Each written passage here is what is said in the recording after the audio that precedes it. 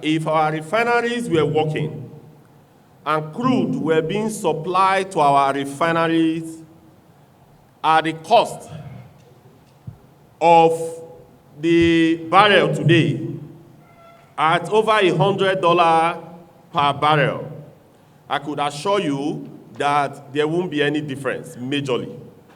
So if our refineries were working and we supply crude to them at hovering around 90 to about 110 dollars per barrel, the gantry price will still be somewhere around 1,200, 1,300. If today, comrade, if our naira, when we started this advocacy, the naira at the parallel market was about 1,800.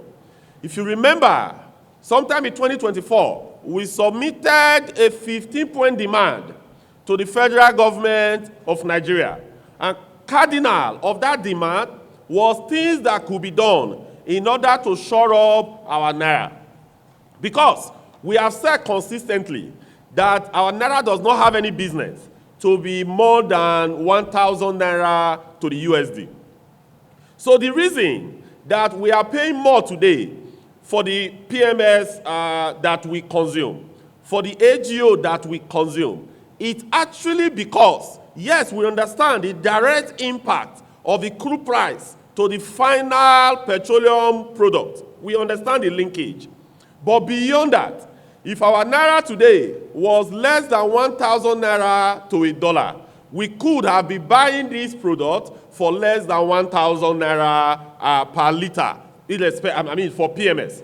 So there's a direct linkage. And that is why the press, civil society, the labor movement, all of us combined, we must consistently advocate that our naira must be defended.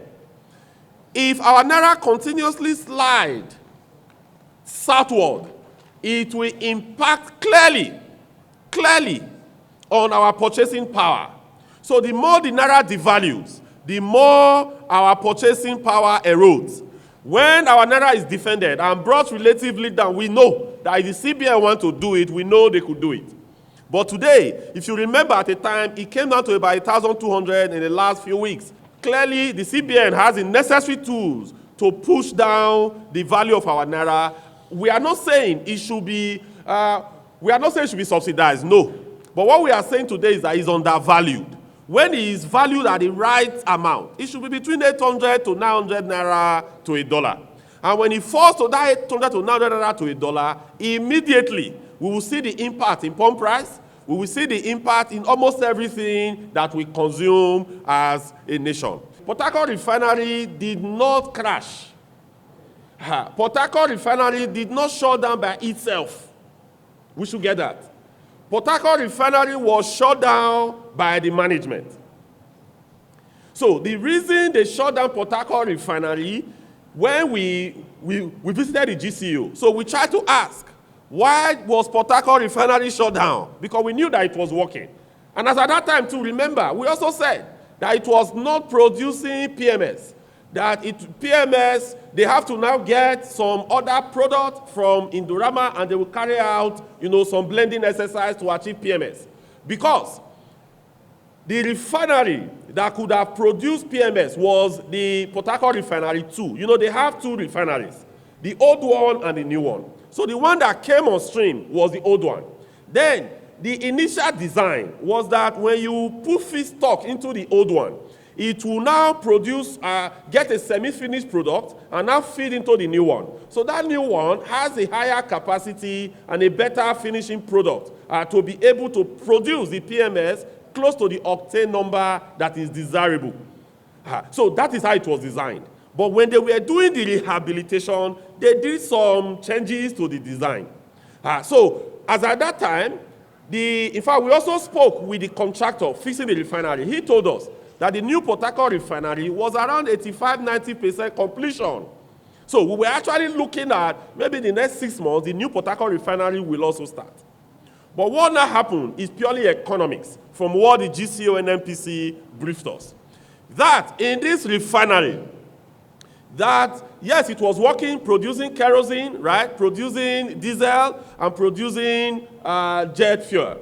But that the challenge was this, that because it wasn't producing PMS directly, so that if you feed in feedstock, let's say you put in crude that is worth $1 million at the input, then the output, you are now going to get at the output a the product that the value of such product is less than maybe $1 million. So what you are feeding in and what you are getting, they weren't commensurate. You were losing value. So because you were losing value, so as a company, they took a commercial decision that because they were losing money, because, you know, you do business to make returns, right? You will not go and carry out farming exercise. And you carry out the farm, the cost of input in the farm, maybe you buy fertilizer, you get your seed, you get the farm hands and all that, and it costs you 100,000 naira to farm 1 hectare of tomatoes. Then at the end, you go to the market, you can now realize 80,000 naira. Will you still continue the farm? No. So that is actually the commercial decision NNPC took. That is not commercially viable to continuously run the refinery at a loss. So that was why they took that decision to shut down it. This is the explanation that the GCO NNPC gave to us when we visited him to inquire why the refinery was shut. And today, the good news is also that, you know, over the years, we have been advocating that government should bring about the NLNG model in the refinery operation. So today, that is the direction that they are also thinking towards. Because we have seen that over time, I mean, you journalists, you must be tired of us always recounting NLNG model, because we strongly believe that it will work. In fact, in Pengassan, the advocacy started over 15 years ago on why the NLNG model must be brought to bear. We know that when that is done, it will reduce a lot of government interferences. Because when the private sector owns 51% of the shares of those refineries, decisions will be made differently. No government official can call you and tell you to do this or do that. Today, nobody in government can pick up phone and call the LNG management to do X, Y, Z. No, it doesn't work. Because 51% of the NLNG shares are owned by the combination of Shell, Ajib, and Total Energies. So they make commercial decisions that are profitable, and that is why Nigeria NLNG has been a flagship, company in Nigeria today. So we know that if the refinery goes in the same direction, it will also be better for us as a country. So were the refineries working when we visited? The answer was yes. But the shutting down of the refinery was purely commercial decision. Yes, on the wage award, comrade, I was just checking with the XG. Maybe there is a little mix-up on the call for wage award. But again, we are also happy if the government could also bring about the wage award. Because I can remember, since we addressed the last press conference, there have been some press releases here and there by our sister Labour Center as well, also putting that forward. Yes, we also align with that as well, that if government bring about wage award, why not? Because anything that must be done to ameliorate this suffering, anything that must be done to reduce or cushion the hardship that Nigerians are passing through, that the workers are passing through, we appreciate that to a very large extent. Then also, wage award is for government workers, really. But for the private sector, we are also driving a lot of these conversations through our CBA negotiations. We also factor in the current issues that are happening in the world and how it has affected the purchasing power of the Nigerian workers. Then in terms of salary review, I think it's also tied to that. Yes, of course. So the next minimum wage conversation will be next year. It's going to be next year, 2027. But we are also in conversation. If it can be brought down to this year, it's also good. Because for us, any review that must be done quickly is quite good. The reason the private sector, in some companies, in the private sector, CBAs are annual. In some, they are twice, once in 2 years.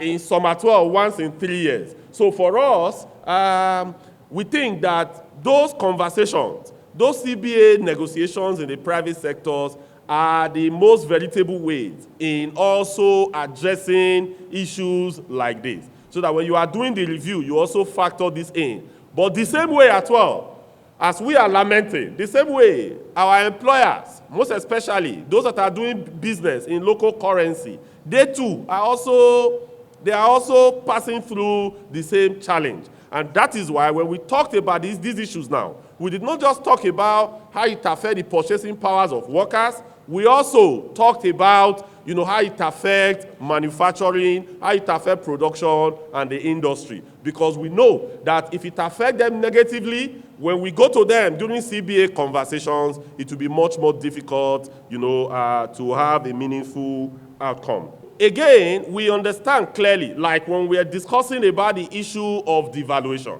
In the issue of devaluation, it was a lot of conversations to let them understand the need, why some certain things must be done, and to let them know how it will also benefit them as government. How it will benefit them as government, because we knew that sometime in 2025, when the Naira was being defended aggressively, some of the governors, they started kicking back because it will affect the volume of money that they were receiving. But when we engage some of them, we let them understand that that volume of money you are receiving really is in volume, it's not in value. That what you should be chasing is the value. Comrade, what 10,000 Naira could buy in 2022, today you need like 30 or 40,000 Naira to buy. So even if you have 30,000 Naira, you are not better off than where you were with 10,000 Naira in 2022. These are simple economics, but we need to also explain to them and make them understand that it is not just the volume of money that you receive. The only place where you gain in that volume of money that you receive is payment of worker salary. But in terms of every other thing, you don't gain. So let us stop, aiding the Naira to keep sliding. Let us do everything to show up the value of Naira. So we achieved a lot by having constructive conversations and pushing them to do what is actually correct.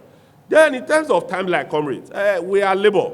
We are not security personnel. I think it will not be right for us to be giving timeline to government. Say within the next 1 week, solve the security problem. No, it's not right for us to do that. Because, we all understand that the challenges have been there for the past 15 years. All we need to do is to support them. All we need to do is to support the armed forces. Because if we are doing that, we are also saying that the soldiers, the officers that are in Sambisa, that are in Katsina, that are in Zamfara, in Benue, in Plateau, that they are not doing their best. No, I think we need to encourage them. That is what is done in different parts of the world. When you have people they leave their families, they leave their loved ones for 3 months, for 6 months, stay in the bush and be chasing these terrorists. All we need to do is not to give them timeline, but to encourage them, to support them, to make useful suggestions to the political leaders and the political, those that are in political offices on what they could do to support the armed forces, to support them to excel, and to support them to succeed. Do we believe that they will succeed? The answer clearly is a yes. So, all of us, the media, labor, the entire Nigerians, let's continuously do all we can to support the Nigeria armed forces, for them to succeed and for them to be able to defeat these terrorists once and for all.